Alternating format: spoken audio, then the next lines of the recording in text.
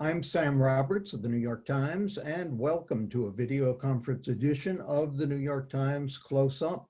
This has been a presidential campaign with plenty of bombshells, from a blistering book by Donald Trump's niece to Bob Woodward's Trump tapes, where the president admits to downplaying the coronavirus. Truth be told, nothing really moved the polls much. The death of Ruth Bader Ginsburg and the instant Republican push to replace her just a few weeks before the election could reframe the race. It inflamed an already hyper-partisan political environment.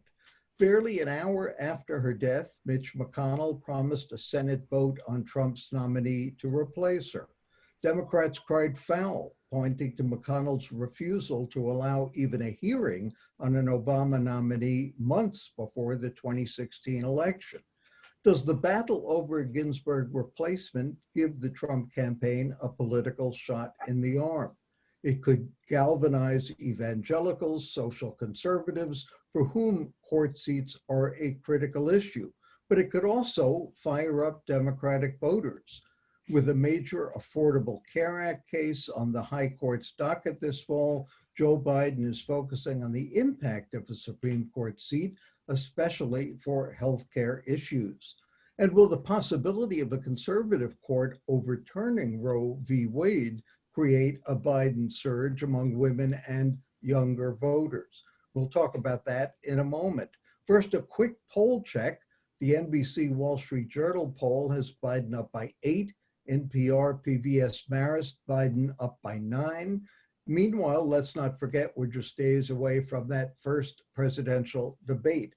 Plenty to talk about with Mara Gay, a member of the New York Times Editorial Board, Eleanor Randolph, a contributing writer for the Times, and Clyde Haberman, also a contributing writer for the Times.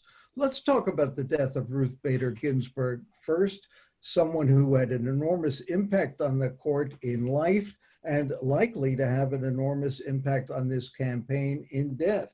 Is there anything that the Democrats can do to stop Donald Trump from not just nominating someone to replace her, but the Senate confirming someone? Eleanor, what do you think? This is a railroad train and it is going as fast as it can possibly go. I don't think the Democrats can actually stop this. I think what they can do is begin to craft a message, a better message. I mean, the Democrats seem weak-kneed and the Republicans are playing hardball, and it's just astonishing to me. The thing is that Mitch McConnell has been working for a very long time to reshape the courts, and they want to reshape the courts not only for healthcare. They want to get rid of Roe v. Wade, so women's rights to their own healthcare will disappear or be eroded beyond belief. They also want to be more pro-business, and the Affordable Care Act is going to be either destroyed or whittled away at astronomically. This court is going to sit on our shoulders and cause us grief for many decades to come, I'm afraid.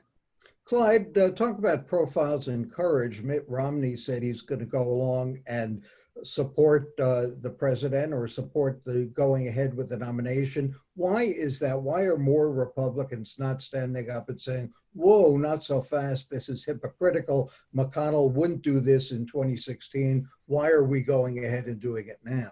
Well, in part, Romney says it's because of some of the issues that Eleanor just cited, and he wants to see the court move to a much more conservative, to put that label on it, direction.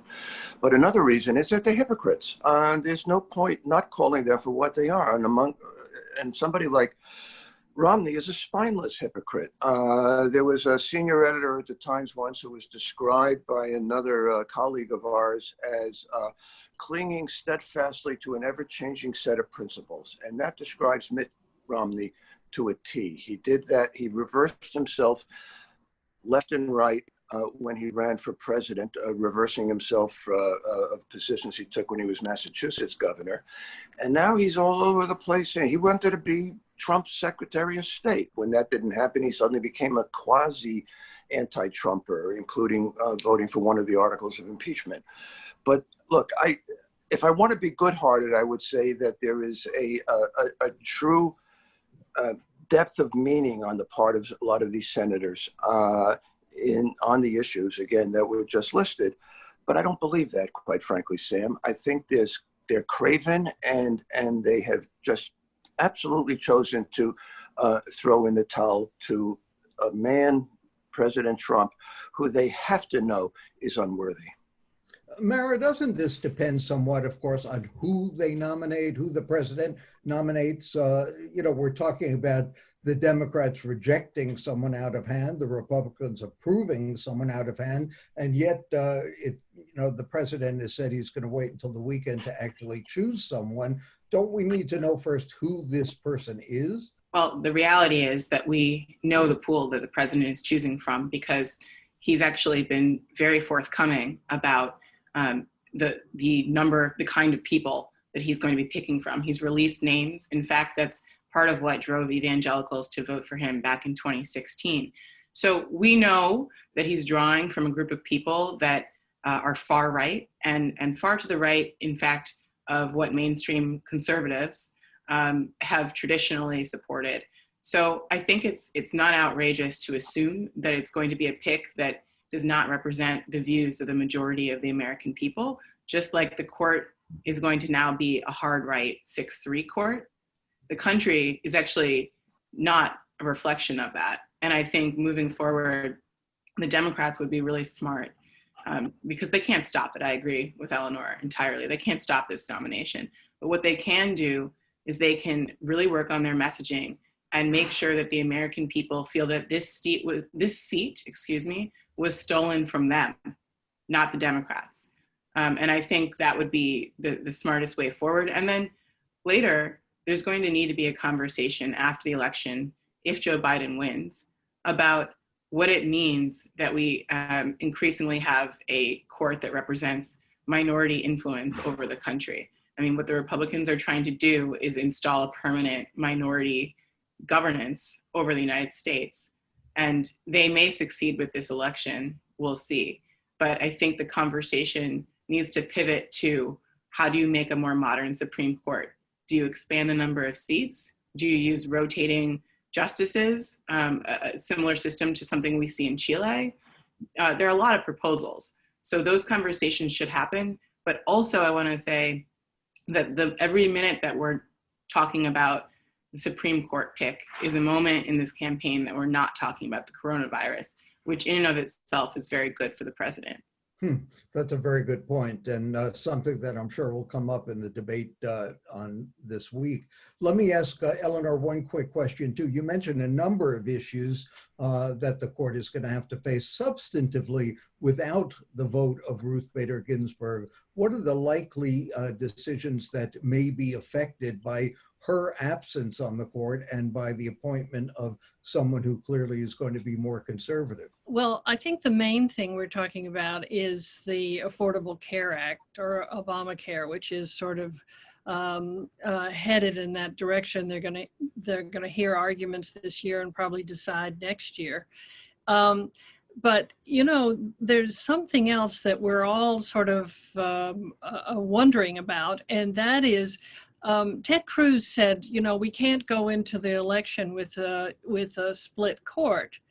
And what that sounds like to me is that they're counting on this new court to somehow give the election to Donald Trump to anytime there's an issue, and the Trump people are poised at this point. They've got lawyers everywhere trying to challenge, mail-in voting and other aspects. And if they take those arguments all the way to the Supreme Court, what Cruz and McConnell and Trump are all counting on is that this new court will side with Trump. It looks worse than the possibility of the year 2000 to me. It looks like, Trump, he's a negotiator, and he's talking to these people. I don't know whether he's actually saying to them, I'll nominate you if you will support me when the election law comes and lands on your desk. I don't know whether he's that crude, but I wouldn't be surprised if he is. So I think the first thing we're going to look at is the election, frankly. Clyde, without being too cynical, wouldn't Democrats do the same thing? Shaping that court is so important. Here is a chance for the president to name 3 justices, an unusual position in a first term. Would the Democrats, if they were in this position, sit back and say, oh no, we're going to wait till the results of the election, we're going to be fair and let's see who wins? Or would they take advantage of this and say, we want to have the most influence on the court just as much as anybody else? Well, it's a hypothetical, obviously, since the Democrats don't have that luxury. It's possible they would. I'm not suggesting that all purity resides with Democrats and all evil with Republicans. But I don't think it would be so naked as it is with Mitch McConnell, who is all about getting his way on these kinds of issues and doesn't give a damn about ethics or being seen as the rankest hypocrite. Can I add, though, piggybacking on what Eleanor was just saying, perhaps to a lesser degree than he has been in the last few years, but nonetheless, I still think Chief Justice Roberts will still loom very, very large. He's been a bit of a wild card on a number of issues, very key issues, including the Affordable Care Act. Now, his influence, again, will wane if there's another arch conservative appointed to the bench. But I for one, think that Justice Roberts has a clear sense of his role in American history and in guiding the court to something approaching a bit more where the American public is, as described by Mara earlier. Doesn't mean he agrees with that, those positions necessarily, but I have still enough lingering faith, and I admit it's diminishing by the day, given what's going on, but I have enough lingering faith in our institutions that somebody like John Roberts might be able to save the day. Mara, let me ask you, you've written about this on the editorial page. Others have written about it too. The New York beset by anarchy, violence, and destruction. The president says New York a sanctuary city for immigrants. Who's standing up for the city? In the city itself, you talk about a lack of leadership, and certainly in terms of nationally, nobody is really speaking for this city or other cities either. Where are the leaders? Where's the leadership? Well, I think there's a couple separate issues going on here. I really think there's a lack of leadership locally with both the governor and the mayor being, in terms of them really not being very aggressive about getting the city back on its feet. You see more leadership from the city council. For example, the council next week is planning on voting to permanently make outdoor dining a fixture in New York City. Now that's great, but where was the plan for that? We knew that winter was coming. This is something that the mayor could have taken the lead on and didn't do so. So that's just one example. But I think, in terms of sticking up for the city, Cuomo has gone head to head with Trump rhetorically. The problem is the city is so vulnerable, it needs that federal funding. So there's really a line that you can't cross.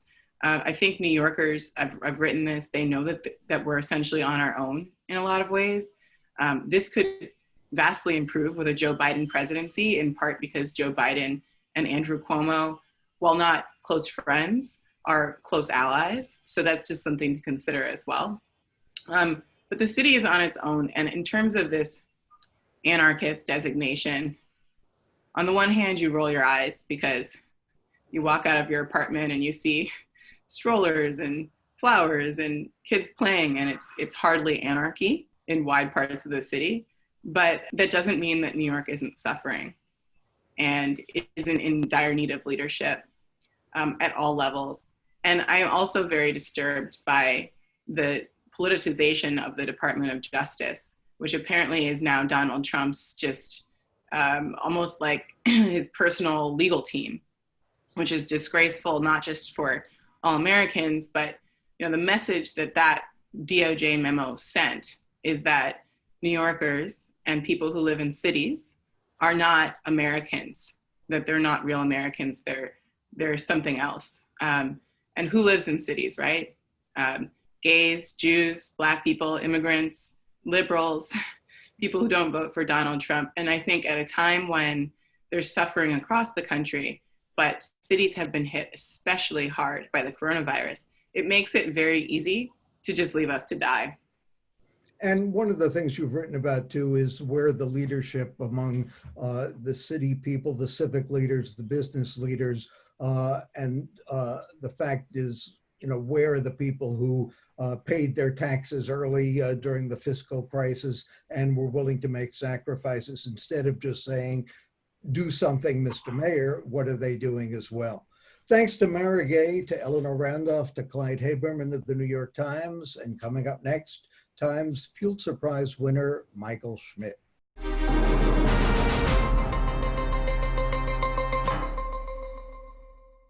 Michael Schmidt is a Washington correspondent for the New York Times and a two-time winner of the Pulitzer Prize. His best-selling new book, Donald Trump versus the United States, is a deeply reported look at administration insiders who were trying to rein in the president. The book's focus is the obstruction of justice probe of Trump, not the alleged collusion with Moscow. Fired FBI Director James Comey, one of the key figures in Schmidt's reporting, former White House counsel Don McGahn, another critical player. The Times book review says, quote, Donald Trump v. the United States is full of gritty details about what it's like for a plugged-in journalist to report on Trump's intrigue, ranging from the time Schmidt shepherded a value source to and from the airport to his learning secondhand about a Justice Department official soliciting dirt on Comey at a party. We're pleased to welcome Michael Schmidt, Donald Trump v. the United States, Inside the Struggle to Stop a President. Michael, at what point do people like this, whether it's James Comey, Donald McGahn, at what point do they say, enough, I'm going to quit, as opposed to people working on the inside saying, we're going to try and have as much effect as possible, we're going to try and achieve as much of our agenda as possible, while trying to tame this president or tame whatever official we're working for? So that's sort of one of the central questions of the Trump presidency is what happens when Donald Trump is sort of this human MRI machine and he's able to sort of see and expose sort of who you are and what you're willing to put up with to work with him, and how the individuals around the president make that calculation. The president's use of power is just so extraordinary and so unusual that it thrusts these people into this sort of highly unusual situation where they're standing between the president and the abyss, and they're trying to figure out how to contain a president, just something that we've rarely seen in American history. And this shows what people are willing or not willing to do. And it's an incredibly complex calculation. For someone like Jim Comey, he was never going to bend to Donald Trump. He was never going to give in to what Trump wanted from him. Trump wanted him to end investigations and say things publicly about Trump. Comey, a moralist, perhaps even to a fault, if that is possible, was never going to give in and was basically killed off the island because of that. Don McGahn, the White House counsel, had a bit of a different calculation. He knew that in the Trump administration, he had a once and a never again opportunity to remake the federal courts. And because Trump had entrusted in him the ability to essentially pick the judges, and McGahn had a very developed view of the type of judge that he wanted. We're talking like a Scalia or a Thomas, and he was filling the federal courts with these people. McGahn was more willing to put up with behavior from the president because of that, because McGahn believed in Trumpism. He believed in the political aims of the administration. And because of that, he stayed around for much longer. One of the things that people are obviously concerned about is how close to the abyss we came, or how close we can come. We've heard talk about Trump refusing to leave the White House depending on the election results. So how close did we come, and how far did these people go to stop it? I think that how close did we come, or are we still coming? I don't think we know. I think that you sort of, in terms of containing the president, and I just want to sort of explain this. Most people around the president spend their time helping the president execute their agenda, whether it's on the policy side or enforcing the law. That's what the executive branch does. But because of Trump's highly unusual use of power, these people, as I was saying, are just thrust into this highly unique situation where they're trying to contain a president. And in terms of the containers, I think the administration is sort of broken up into two halves. You have the first half of the administration where you had the Kellys, the John Kellys of the world, the former White House chief of staff, the Don McGahns, these people that were standing up to the president, that were trying to stop him from doing different things, but were only so successful. They were successful, but not completely. They should not be absolved for the first 2 years of the administration. There's a lot of things that went wrong in those first 2 years, a lot of things that were highly unusual uses of power, things that got the president into trouble, the things that many people think, many Democrats certainly would argue, have damaged the presidency. So those are the first 2 years. But what Trump does is he whittles those people out over those first 2 years. He gets rid of them. He gets rid of the McGahns. He gets rid of the Kellys.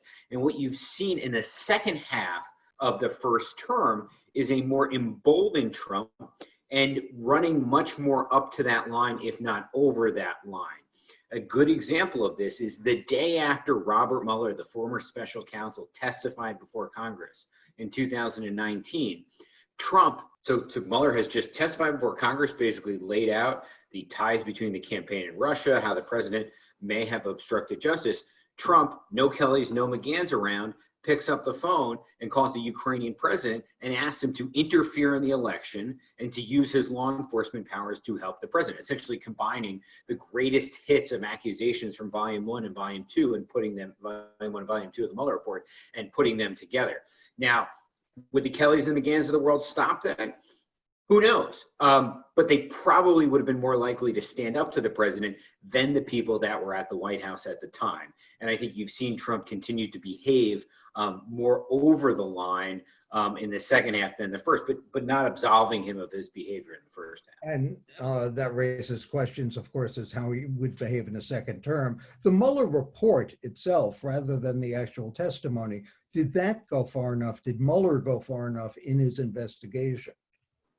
Well, as we've seen in recent days, a new book out by one of Mueller's top deputies, Andrew Weissman, about the Mueller investigation, sort of the first insider account of what went on, and a highly, highly critical account at that, basically saying that the Mueller team did not go far enough. They didn't do enough. They weren't aggressive enough. That they sat back, that they were able to be cowered by the president's threats of firing the special counsel, of conservative media targeting them and going after them, basically saying that they were deterred and perhaps maybe even obstructed by the president's behavior.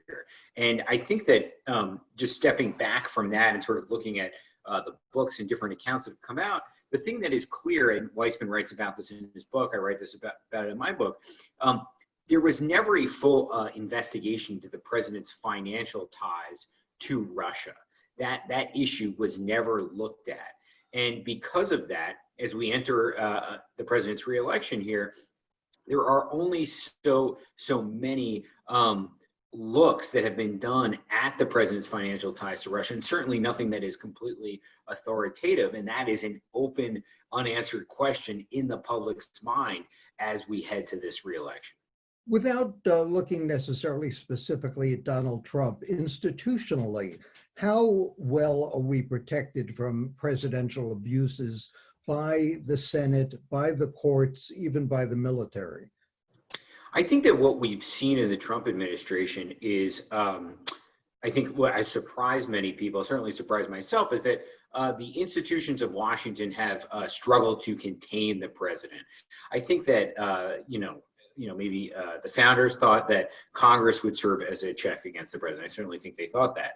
I think that people thought that Congress, even in recent years, would serve as a check against the president. We have not seen that, certainly from the president's own party. And the Democrats have very much struggled to use the powers of Congress against the president to stop him. The president has constantly outflanked the Democrats. The courts have restrained the president, but the courts only really have so much power, and they're kind of doing it in a piecemeal fashion, sort of law by law. And the courts are filled with judges that are favorable to the president, and the president has had some real success there.